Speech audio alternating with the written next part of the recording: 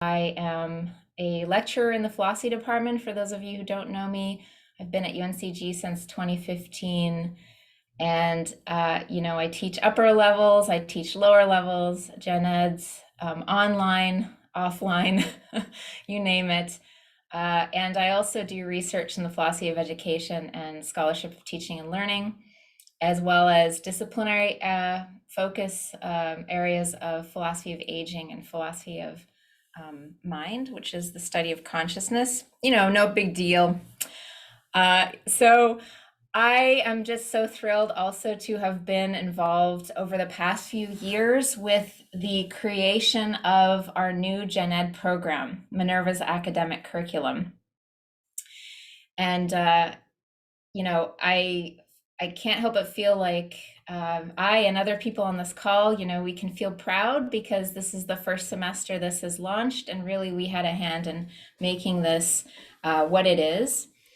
So I served on the task forces for the self-study and the revision of the program, of our Gen Ed program. And I've also been a faculty fellow out of Andrew Hamilton's office working on integrative learning. That was this summer, and I spoke to some of you over the summer in relation to that project. And also this academic year, I'm co-chairing the MAC Implementation Committee with Andrew Hamilton. And working through his office, also with Gen Ed Council, to make sure that this program rollout continues to go, if not smoothly, then at least in such a way that people are paying attention to the hitches that arise, and sort of we're working together to figure things out. So I am just so grateful to have been invited to this conversation today. I did have a quick visit earlier this semester with the HIPS committee, and the idea of thinking about MAC in terms of integrative learning and broader conversations about HIPS sort of came up. And Jennifer and I have talked a little bit about, the potential for next steps in that relationship. So it's just wonderful to have this opportunity today to chat. I would say let's all, instead of thinking of this as a panel, let's think of ourselves as a round table. We're all sitting around a very large round table, because actually every single person on this call, well, I don't know everyone, but I'm just going to assume everyone on this call can contribute in really important ways to what I'd like to try to achieve today in this hour. And so, the theme, as Jennifer and I conceived of it, is building the potential of MAC through integrative learning. And this is the theme, if you will, of this hour. I will also add on a personal note that I'm wrapping up finishing my foundations course, which is part of the new Gen Ed program. It's all, I have all first years, all freshmen, and it's been interesting. We've themed the class around philosophy of education. It's given me a chance to ask students about things like what they think of Frere's banking model. I'm sure everyone in this call knows the banking model, but it's basically the conception that students are these passive objects here to receive knowledge from the all-powerful instructors and authority figures around them. And college is this, like, just like high school, just like middle school, put your head down, get through it. You're here because you want a job, and you want a job for money. That is it. And I will say, on a personal note, this was a very hard class for me to teach, because I felt that students opened up to me about it, and they were really honest, and they said, yeah, that's totally what education is. Like, what else is there?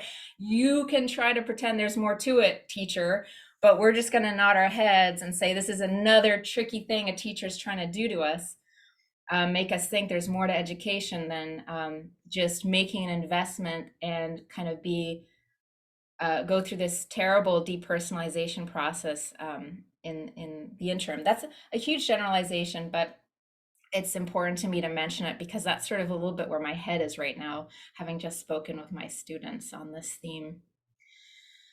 Okay, so 4 things I think we should try to do today in our hour. First of all, So building on the potential of Mac to serve integrative learning, two questions there. What's Mac? What's integrative learning? So I'd actually like to offer you a little bit of a narration there. Speaking of the narrating subject, I will speak just a little bit longer because I put together some materials so that no matter where you are on your understanding of Mac as a new program, I think this little overview will help you. And no matter where you are on having thought about integrative learning as a concept, this will help you. That's part one. Then I want to pool a couple of questions that I think are really key to this topic today.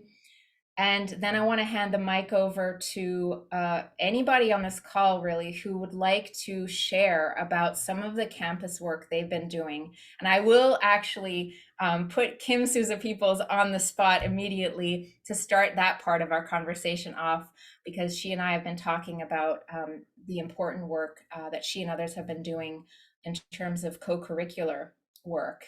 And also Kim has to jump off this call at noon, right, Kim? So we'll do our best to get to you in plenty of time. And then I think we can wrap up our conversation today talking about next steps, possible ways to continue connecting Mac with HIPS, for example.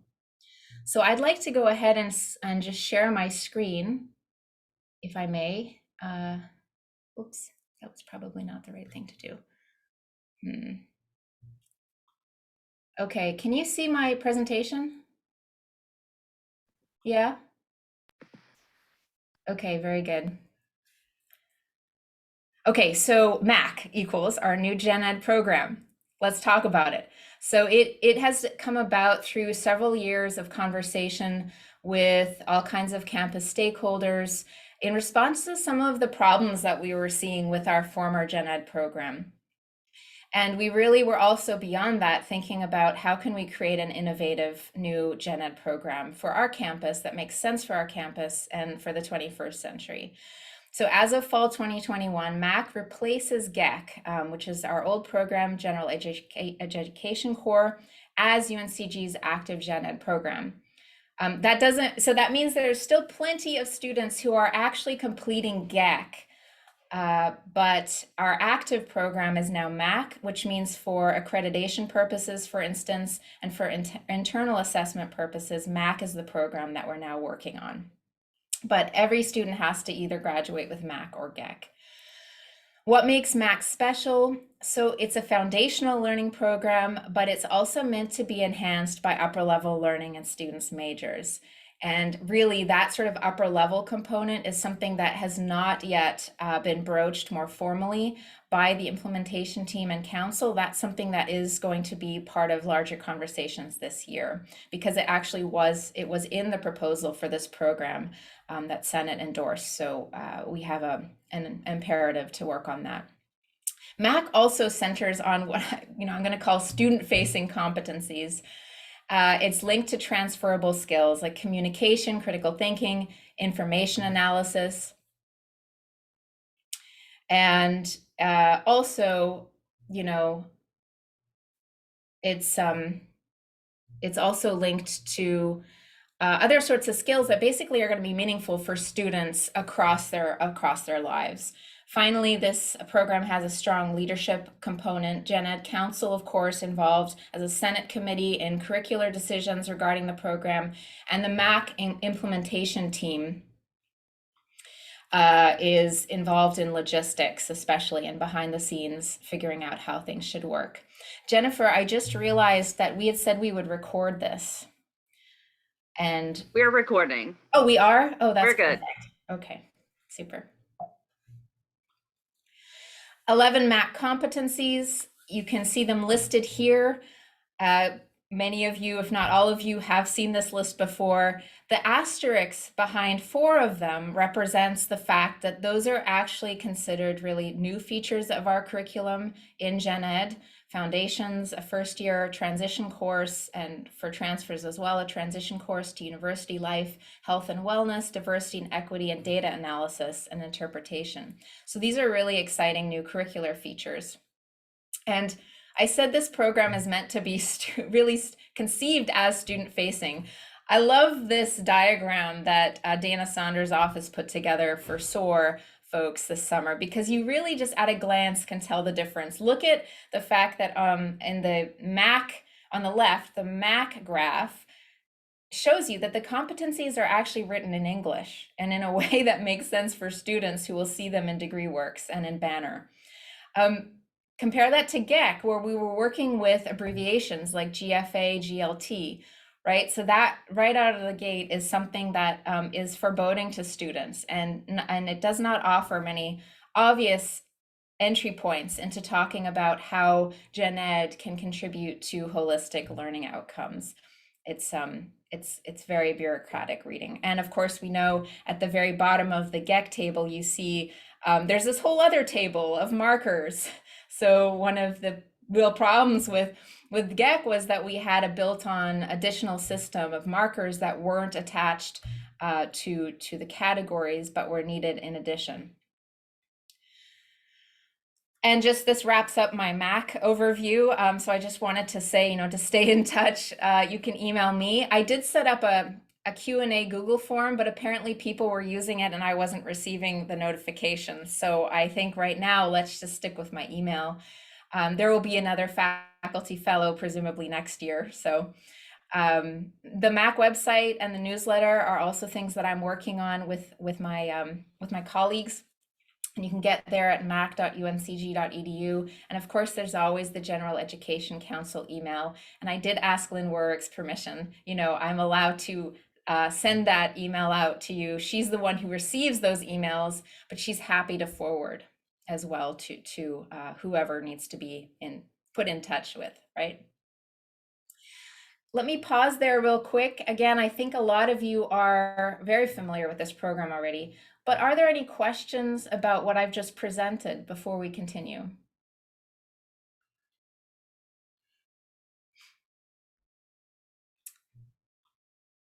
I have one quick question. Go ahead, John. There was some discussion about the relationship of MAC to majors and trying to limit or reduce the amount of MAC courses that were designated as components or incorporated within majors. Do you know where that stands at this point? Are majors designating specific MAC courses for students in their areas? Yeah, that's a really good question, John. And actually, that's one of the implementation team's goals this year, is to open that question up. I think we're thinking about it in terms of the larger umbrella phrasing of academic programs needing to actually revisit their own curricula in light of MAC. So our catalog even still has language relating to GAC and not necessarily to MAC. So there is going to be this conversation about how programs are responding to MAC. And it is the case that MAC is really pushing more than GEC did this fundamental aspiration of gen ed, which is that any student can take any gen ed course. And it's meant to be a place for students to explore and discover new disciplinary areas, which I think, again, connects to this idea of MAC being just from the get-go much more receptive to a holistic approach to student engagement with the curricula that they work on. But yeah, the short answer is this is something that definitely will consist of a series of conversations this year. Thanks for the question. Okay, so let's go on now to the second question here. So building on the potential of MAC to serve integrative learning, what is integrative learning? So I, over the summer, was reading up on a lot of different programs that already exist out there, gen ed programs that do attempt to have an integrative learning component in their programs, and two definitions that I really like in relation to this come from Ithaca and from Bowling Green. So let me just read these out loud. So Ithaca defines integrative learning as the process of making connections among concepts and experiences so that information and skills can be applied to novel and complex issues or challenges. So it's this idea of starting from someplace, you make connection, and then you can use that connecting knowledge to grow and to build new to build new knowledge. And Bowling Green says that connecting is the essence of creative problem solving, shown in synthesizing knowledge within and across courses, integrating theory and practice, linking academic and life experiences, and relating oneself and culture to diverse cultures within the US and globally. So these, I think, are really nice definitions because there's a lot happening in terms of what does it mean for the student. I also realized it was necessary to think about where is integrative learning as an interesting question. And I just want to offer this, it's a longer quote, but I think it's wonderful from this piece by Ross Miller, Integrative Learning and Assessment. And he explains to us that, quote, integrative learning is an ambitious student learning goal, long espoused in higher ed and in the world at large. It's also a goal that for too long has depended upon serendipity rather than planning in its achievement. And it's often not included as an element in assessments. But if a college or university is committed to integrative learning as an expected outcome, it needs to create intentional approaches to providing integrative experiences and assessing the quality of integrative achievement. That's an assessment perspective, but I hope we can appreciate that behind that drive is the idea of we need to be intentional about this sort of project. And of course, the classic AAC&U overview of high impact education practices. This is also interesting, right? George Koo says, on many campuses, assessment of student involvement in active learning practices, such as the high impact practices he's outlining, has made it possible to assess the practice's contributions to students' cumulative learning. However, on almost all campuses, utilization of active learning practices is unsystematic to the detriment of student learning. Now, I think you can read a lot into what he might or might not mean by unsystematic, but for my purposes, I was drawn to that phrasing because I think in terms of being intentional about how we approach this question of integrative learning in MAC, there's also a question of being systematic about it. So my attempt at a summary here as we sort of transition to the next little bit of our conversation, and everyone can contribute at that point, I'm attempting to summarize those various sorts of concepts and ideas floating around in the following way. I would define integrative learning as active relational learning, where the learner draws and builds on connections across different learning contexts. And it seems to me that it's going to be best supported by the use of high impact practices alongside intentional and systematic cross-course, cross-unit, and/or cross-campus initiatives. These initiatives should give learners the space and encourage their desire to integrate learning across their curricular, co-curricular, extracurricular, and/or life interests. So I'm certainly going to be open to folks wanting to come back to this. This is part of my report that I developed as Integrative Learning Fellow, and I'm always keen to sort of hear feedback on that. But really important, what are the questions that are really challenging us here in terms of MAC and integrative learning?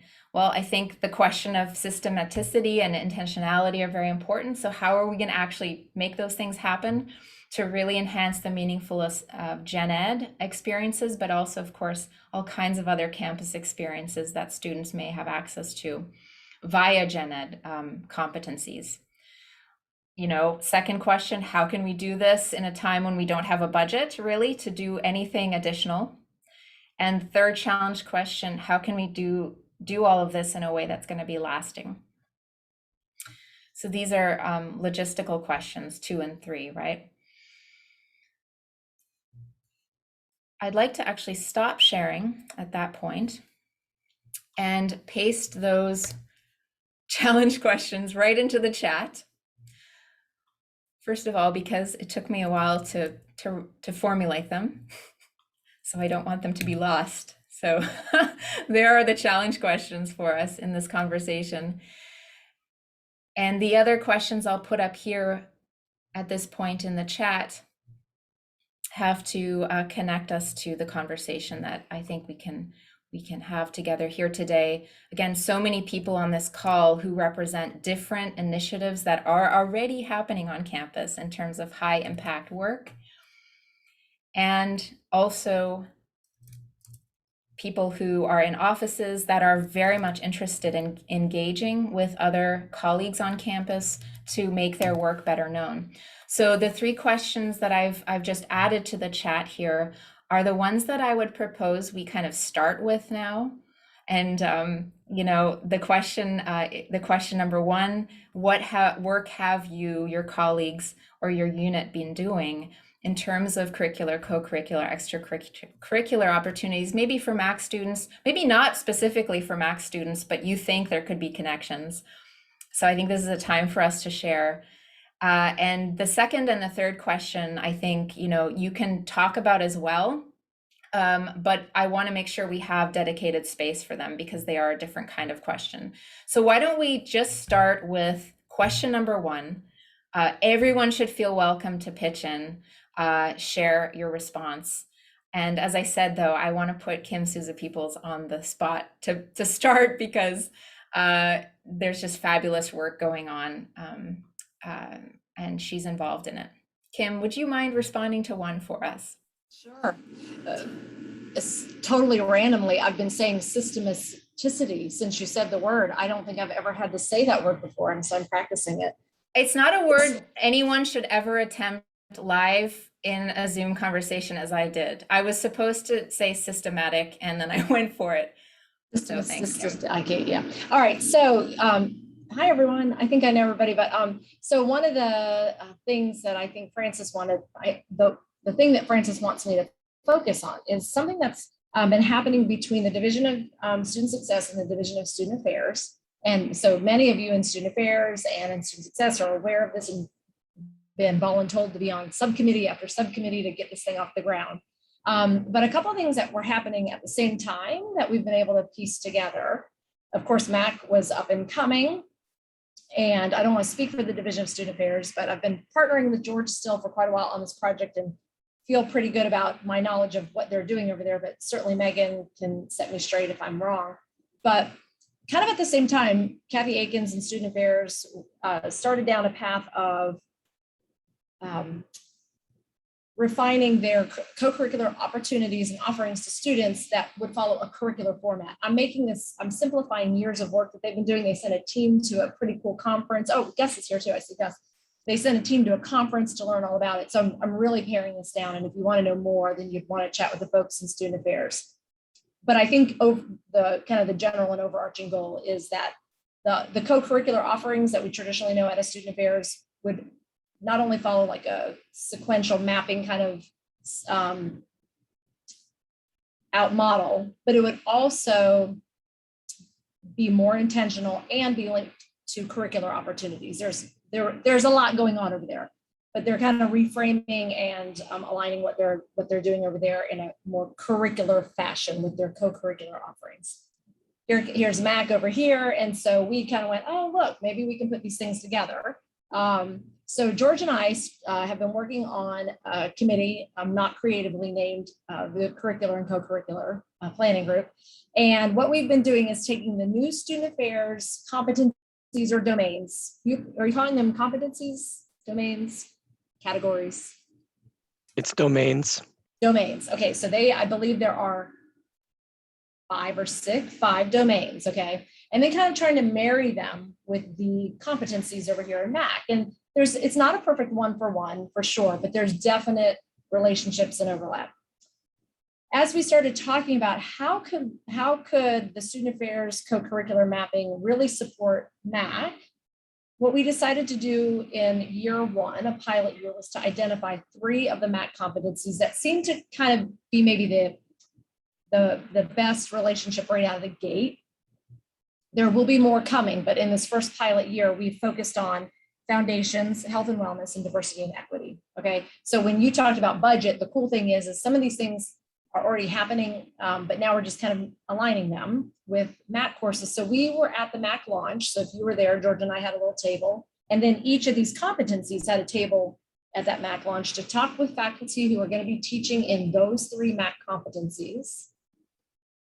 how they might identify co-curricular offerings. And by the way, student affairs will probably be the bulk of it, but we've also tried to reach out to the Weatherspoon and to other areas that offer programs and services across campus.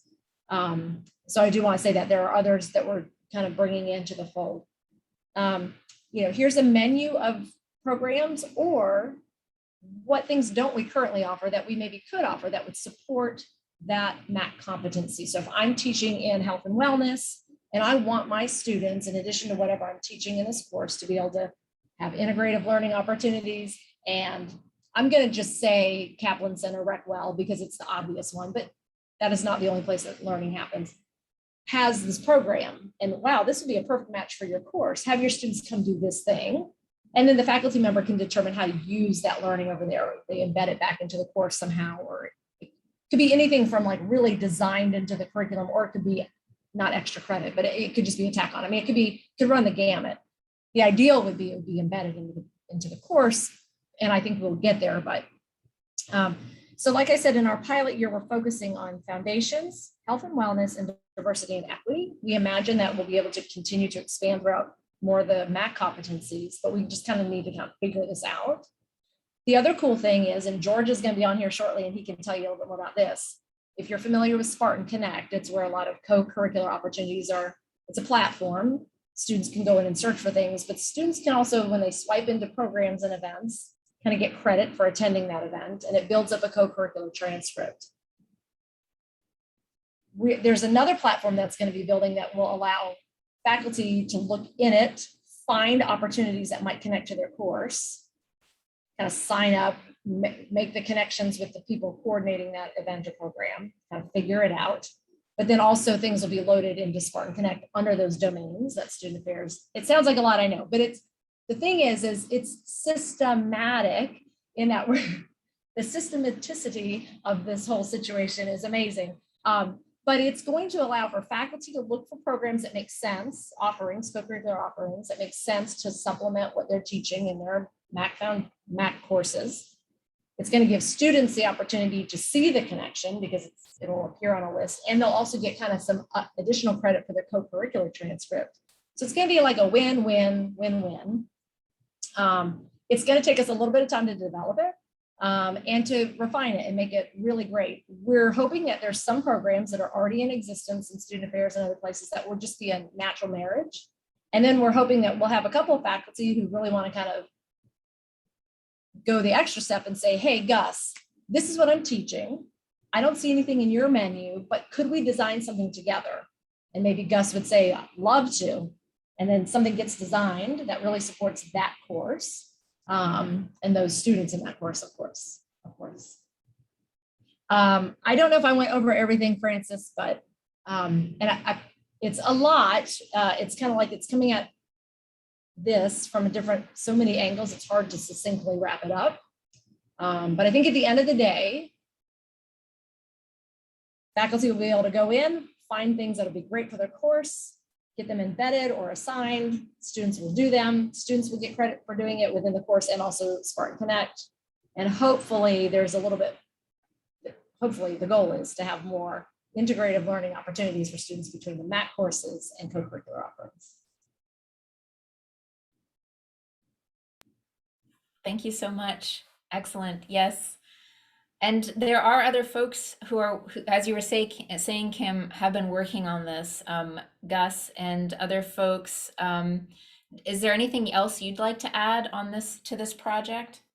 What's going on, what your hopes are for it?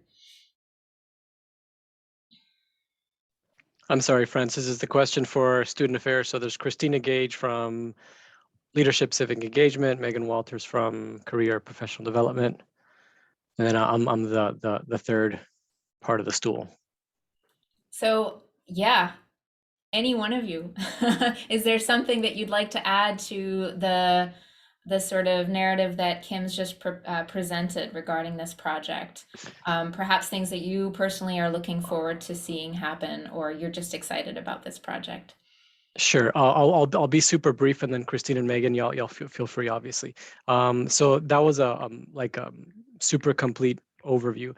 The one thing I would add is that in addition to that, one of the additional steps is within the co-curricular offerings out of student affairs, we're also doing an activity mapping where similarly to how you might have a rubric for a project that a student might turn in terms of like grading it, we're also mapping all the co-curricular activities in student affairs to identify whether they are activities who help a student achieve beginning competency, continuing, I can't remember what the middle term is, and then mastery. So we're also mapping the sophistication with which an activity communicates the particular skill to the students who are participating in that.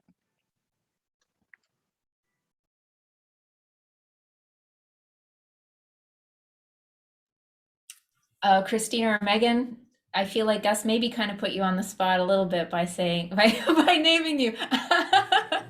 But would you like to add anything as well? Yeah, I will just add that this, from my seat in career and professional development, this is an exciting opportunity to partner more closely with more faculty partners.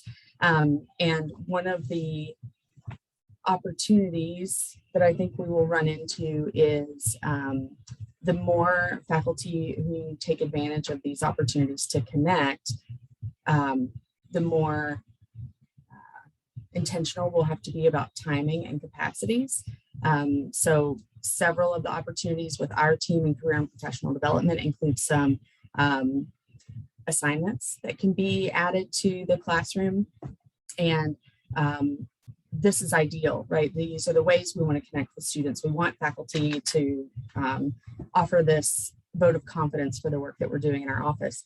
And if we don't know it's happening, then we'll run into, at the back end, trouble with coordinating, like making sure we can see all the students who have been assigned that particular thing, or providing feedback for resumes or interviews, things like that. So this will be an important moment for us to think about strategy and timing and communication, so that this becomes something that feels more seamless.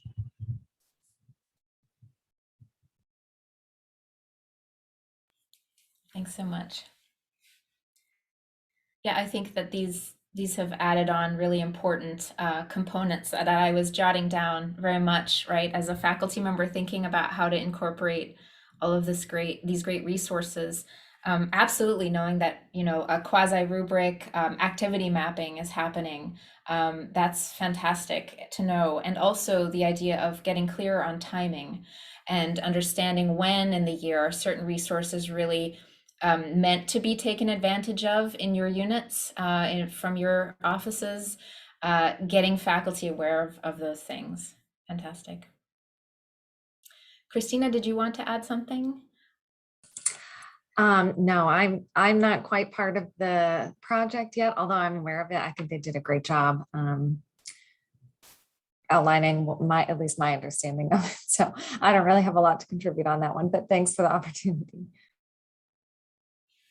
So George, I see that you've joined us. Welcome. So Kim and Gus and Megan and Christina have just offered some comments on the co-curricular project in lots of different ways and from lots of different perspectives. So before we sort of talk a little bit more about the challenges that that might be faced in doing this kind of work, let's check in with other folks on this call. So Christina, Samantha, this exciting new community engagement council is something maybe worth sharing a little bit about in the context of this conversation, I would think. Lee, Creative Expo work, anybody who's working on, again, you know, projects that you think may be a way to connect to MAC and integrative learning. Emily, first year experience, right? Who else would like to share about the kind of work that you're doing to help students make connections? I'd be happy to give just a quick reminder. The Undergraduate Research Scholarship and Creativity Office, henceforth ERSCO, has been sponsoring a faculty fellows program for a few years now, and our primary intent is towards the integration of research into the curriculum through course-based undergraduate research experiences. And over the last, I don't know, 5 or 6 years, we've probably had a dozen or more faculty members, probably closer to maybe a couple of dozen, supported either directly or indirectly through the office to consider ways to develop cures for their classes. And the long-term effect on this is something that I'm really interested in measuring and seeing. But the thing that has been really encouraging through the process is the enthusiasm with which most of the faculty who have developed and implemented cures have. I mean, the enthusiasm in some cases is just, it's pretty incredible.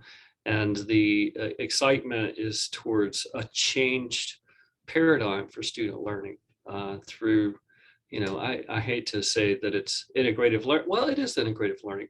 The thing I hate to say is that it's active learning, because we know good and doggone well that there's no such thing as passive learning. I'm just going to say that and lean in. But it is something that we continue. I'm glad to see Sam here. She is one of our fellows for this academic year. I think she's the only one. And I'm really excited about the work that she's going to do this year, and we'll see how things are sustained. Oh, and by the way, this year we focused primarily for first and second year, particular Mac-based courses, and we'll probably do so going forward. So if you know those who are interested in transforming a class to include a cure, please have them consider reaching out to us and the ERSCO or Joanne Murphy, who's the senior fellow in the office who oversees this type of activity. And we'd be more than happy to talk with you about ways that we can help to shore that up as you work through the process.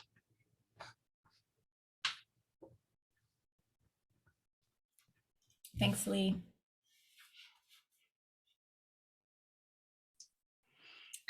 Maybe Christina and I can share a little bit about the Community Engagement Council, which is probably has a more of a trickle down effect for students than a direct effect. I see Christina nodding, so she agrees with me.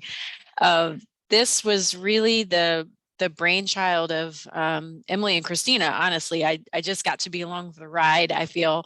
But the idea is to try and connect folks who are doing community engaged work and to give folks a space to share what they're doing, but also have an opportunity to forge new partnerships, perhaps with others on campus.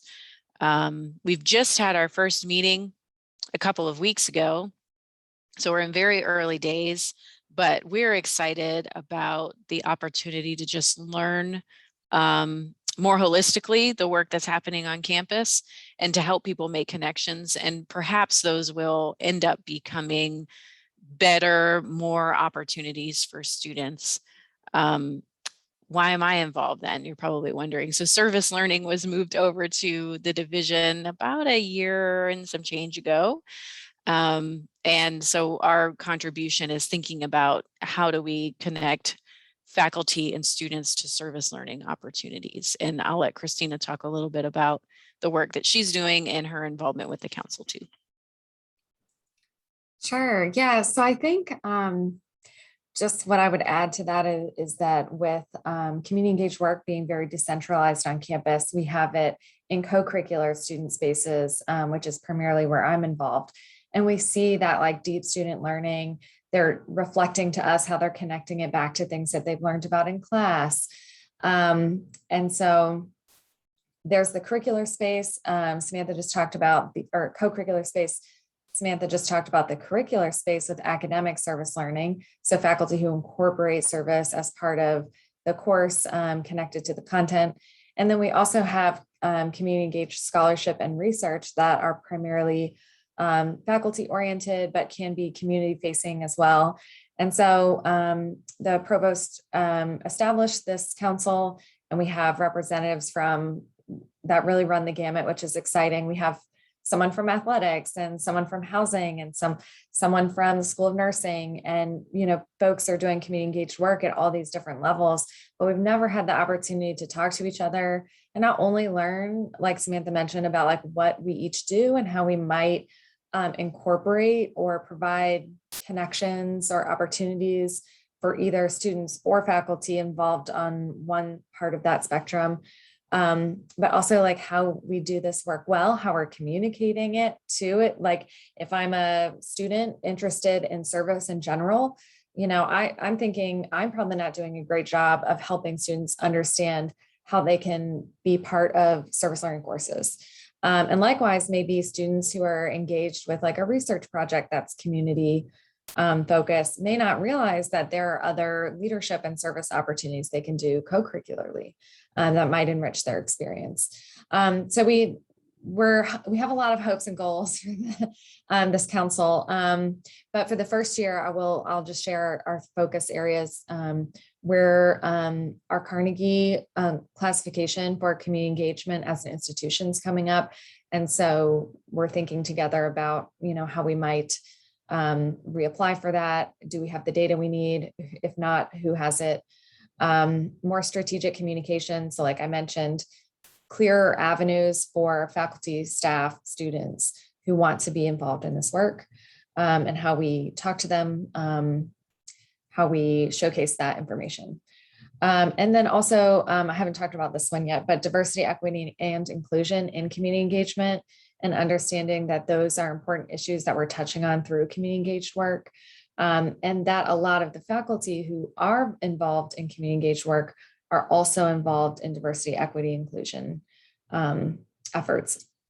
And so how are we advancing anti-racism, anti-oppression through this type of work? And so those are our focus areas. I hope there's a lot more like specific things we can share in the future. We're just kind of getting started and exploring what we can accomplish together. Thank you so much. Yeah, and we're probably rather aware of these initiatives already, given who's on this call. But as a reminder, we're recording this call, and it will represent an artifact of conversation that I think does have a unique angle, right? I mean, we're thinking about, what are projects that are already happening that have a lot of enthusiasm behind them, and MAC, this new program, Gen Ed, has a lot of potential to actually help support these projects that are already happening. And I think, one of the questions that I'm sort of thinking about in my mind, and actually, Christina, you used the phrase, creating clear avenues for getting information out. This is actually part of what I had in mind when I was thinking about question 2 in the chat, right? Sort of what challenges are we collectively, or even in terms of our specific projects, what kind of challenges are we facing? Do we anticipate? I think that's a very important moment here, because it may be that we have shared challenges that we can then kind of creatively brainstorm possible solutions to. So again, I would just love to, hand the mic over to whoever would like to talk a little bit to this question of what kinds of challenges does this work face in your experience?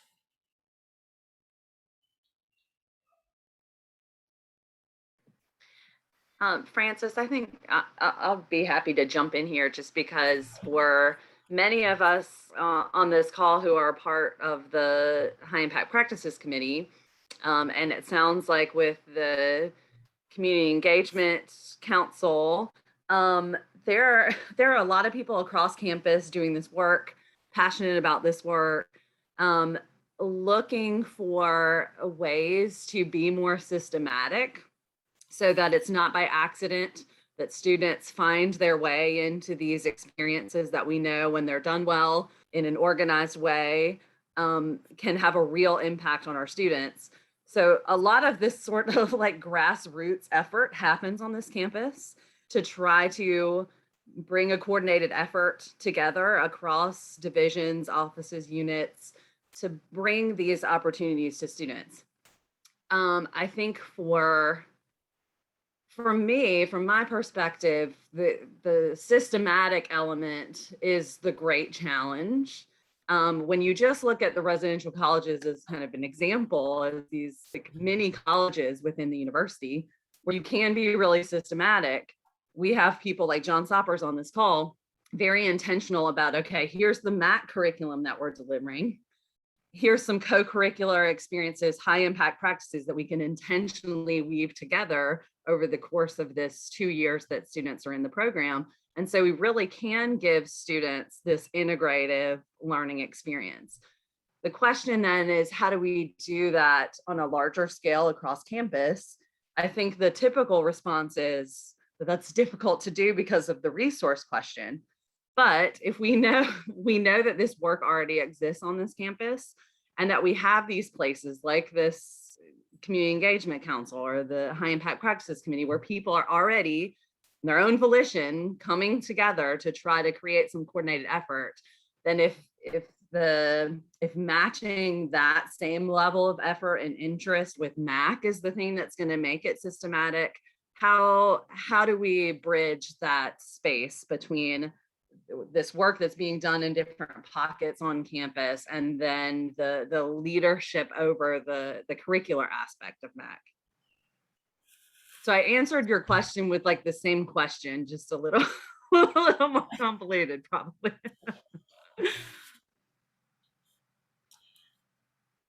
Yeah, I absolutely appreciate what you're saying, though, Jennifer. I mean, this is what I discovered in speaking with many, many folks over the summer, that our campus is teeming. It's teeming with folks putting in extra work in the name of trying to help students connect the dots in meaningful ways to what they're learning in the classroom, what they're learning outside the classroom, what they are bringing in from life and their aspirations and so forth. To the point where it often felt like I remember I said this to Lee when we spoke in the summer, it felt like people were perched, just sort of perched, waiting for this other thing to happen where everything gels. And it's sort of like, what is that other thing?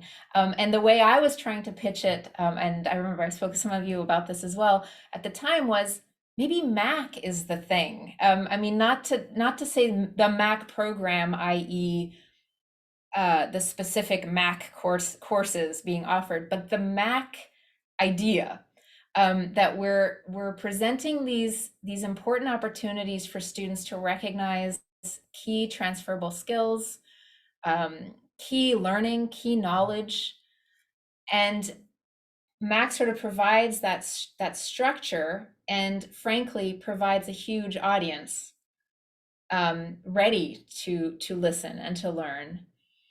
And the question is, because I will be transparent, I mean, MAC also faces resource issues as well. Like every other unit represented on this call, we are facing a situation where we have to try to understand, by we, I mean the program leadership, we have to understand how we can deliver the program we need to deliver in this budgetary situation.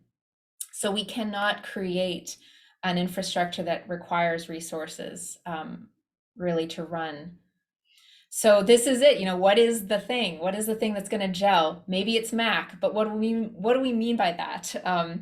Is part of what I've been thinking about. John. Yeah, I have just another question. Do we yet know from the MAC perspective, from the MAC side, what is the reach of MAC in terms of the students and the different types of students we get? Because this is very exciting, but what would happen if it suddenly turned out that for other institutional reasons, a lot of students enter UNCG without needing to take different MAC things? Do we yet know how many students we're talking about are actually going to be significantly participating in this program?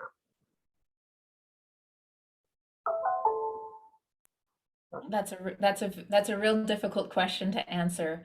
And of course, part of the logistics going on behind the scenes with MAC implementation involves transfer articulation agreements and honoring all of those and translating those agreements into the terms of MAC. This year, we have an exemption in place for students who are on GEC and have to transfer to MAC. In other words, they have to change catalogs because they're changing their major or they're coming back after being out of school for a while. They automatically are placed in the catalog, this year's catalog, and must complete MAC. Well, this year we have an exemption in place voted on by the council that those students, as long as they've completed 30 credit hours or more of GEC, do not have to complete MAC. So they get a program exemption. There are other sorts of waivers in place for transfer students who come in with, I think, 24 credits, is it, Jennifer? They don't have to complete foundations, which is the transition, to college course. There are courses in our new curriculum that are really unique, right? That are not covered in the AA, not covered in articulation agreements. The diversity and equity requirement, health and wellness even. There are lots of questions about how will we deliver those courses to the students coming in if those are the courses that they need to satisfy to be graduating from UNCG with a degree that includes a general education component. Those are broad questions. I mean, I would say, since I don't have numbers or statistics really to offer you, I would say that it still seems to me like MAC as such is really unique as a curricular offering on campus because all academic programs, except for maybe nanoscience and nanoengineering, they want to participate in MAC because they understand that it's a great way to get students in. It's a great way to, attract students to the major, but also, frankly, populate lower level classes that may lead to other things for students. And so I think it has an incredible reach for that reason. And of course, the fact that every student does have to graduate with some general education program completed, there's another opportunity there. John, if I could ask a counter question, if I'm understanding your line of thinking is around APIB transfer students in particular. Is that a question for me? It's a Or question for John, but maybe go ahead. Well, yeah, I think that, and there may be other groups of students that are, I think that it's such a new program.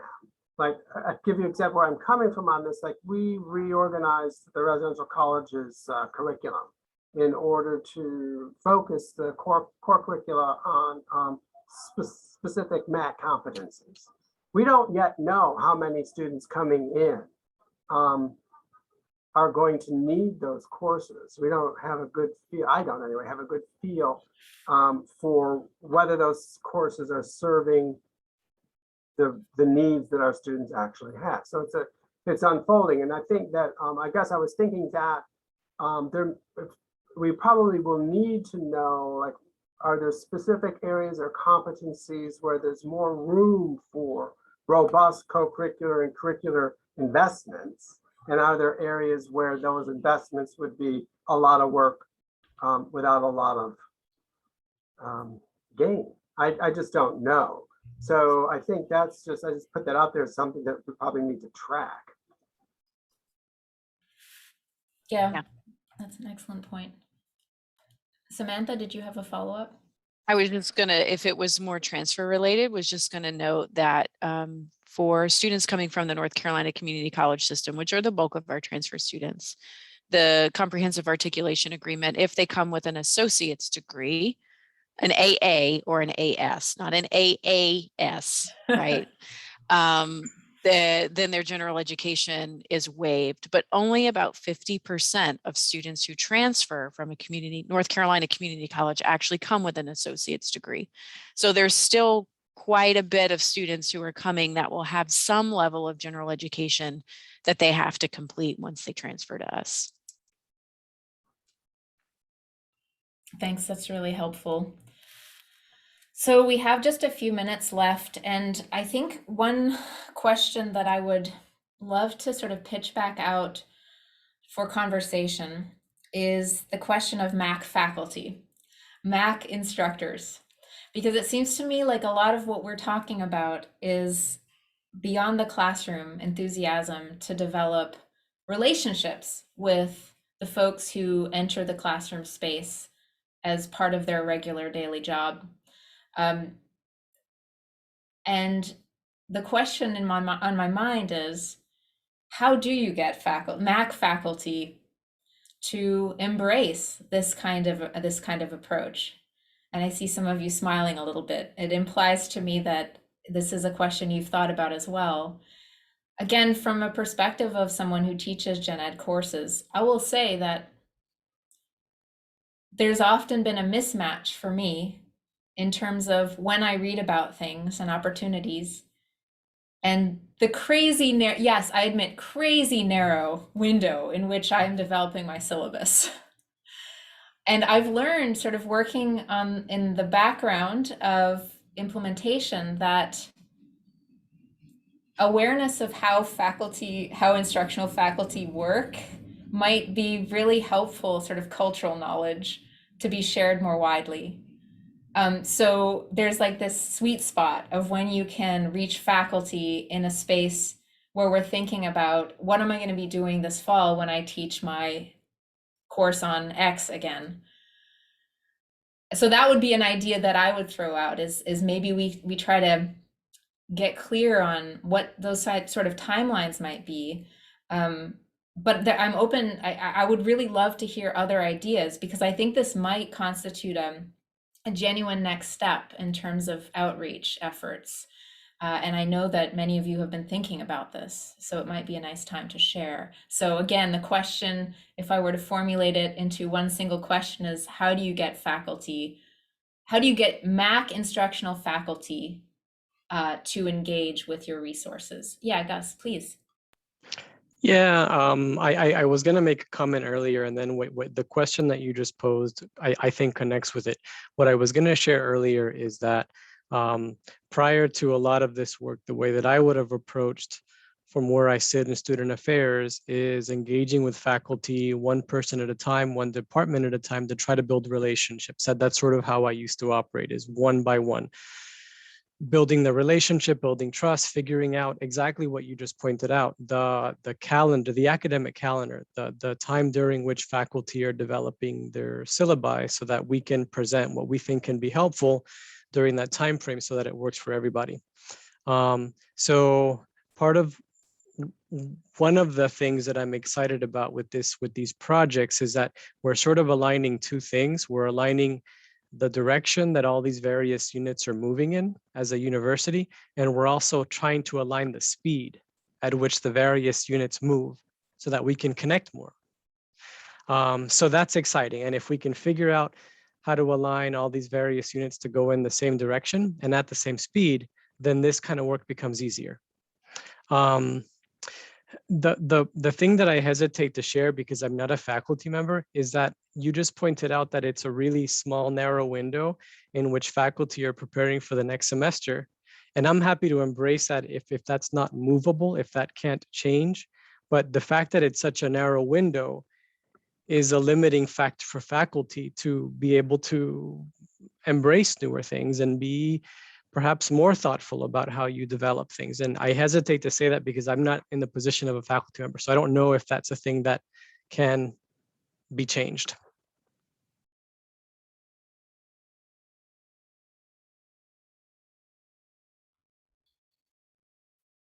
Other comments on this line of thought, getting faculty to be involved? And there's something in the chat that I think might be important too, is to go forward, is being clear and very intentional about the different ranks and statuses of faculty. I don't remember the exact number, but I think when MAC was being considered, it was discovered that something like 20 or 28% of GET courses were delivered by permanent tenured faculty, which means that 70% of the courses in GET were being delivered by people who don't necessarily have permanent ongoing jobs. So that, to build on Gus's point, whether it's movable or not, I think is tied to that situation. And I have faculty that I hired that are very important to me, but we battle every summer to keep them having access to the library or to Canvas, because technically their contract terminates on June 30th and doesn't start again until August 1st. So how do you prepare a course?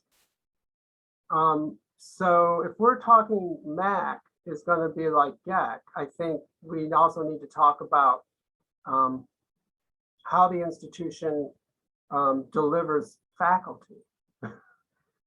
And the old way of doing it might not be able to be aligned with what we're trying to accomplish. Yes, absolutely. This is so true. As an NTT person myself, I can say it's a struggle to feel like I belong persistently across years, even though you all know I clearly demonstrate that I belong by volunteering for things. But I love it here. But it is tricky. My key card to my office building, just as one example, every year I have to reapply to be able to use my access. I really like what Williams posted into the chat as well. Faculty being asked to take on more things with fewer resources, staff as well facing this. And I think that is the key consideration here is what are we asking of ourselves?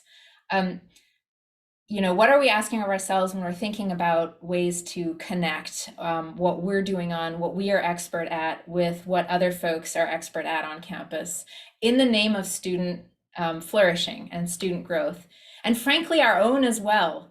I think it's really true that MAC is here for faculty and staff and community partners as well as students. This is about a bigger project of belonging and connection. But at the end of the day, when you're facing the situation of needing to put together a course, it is an ask to think about, okay, I've heard from all of these different folks on campus. I really want my class to integrate with these resources. I need to now set aside time and focus to make this work. So, that is just a bottom ground consideration that I think we always have to acknowledge. Bill Johnson from HHS, that's you? Okay. You just direct messaged me that. Sorry, everyone. I didn't realize it was the Bill. Bill, I'm so glad you're on this call, I have to say, and great that you contributed. There you are. I guess I was gonna try to end on a note that's very philosophical. Seems appropriate. It seems to me like these sorts of conversations lend themselves to next steps, right? And we have actually touched on some incredibly important moments, I think, in this hour.